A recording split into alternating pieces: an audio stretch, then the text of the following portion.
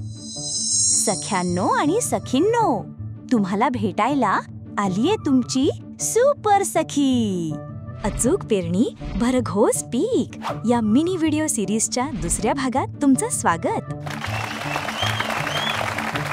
दोस्तो हो, जेव्हा आपण पेरणी करतो तेव्हा इवल्याशा दाण्याला आपण जणू युद्धावर पाठवत असतो.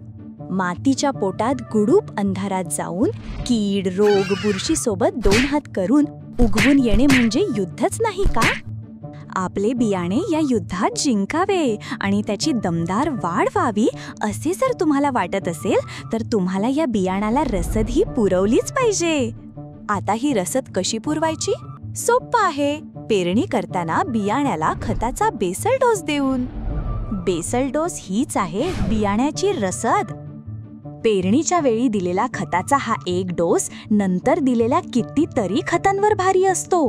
बेसल डोस दिल्याने बियाणं होतं बळकट आणि मग युद्ध जिंकून ते उगवून तर येतच, शिवाय त्याची वाढही जोमदार होते आणि उत्पादनही भरघोस मिळतं. म्हणून हा डोस चुकवून अजिबात चालणार नाही. बेसल डोस द्यायचा म्हणजे द्यायचाच. आता वेगवेगळ्या पिकासाठी कोणत्या खताचा किती प्रमाणात बेसल डोस द्यावा याची संपूर्ण माहिती या व्हिडिओ सोबत असलेल्या PDF फाईलमध्ये दिलेली आहे. ती नीट तपासा आणि कामाला लागा. टाटा, बाय बाय, चाओ.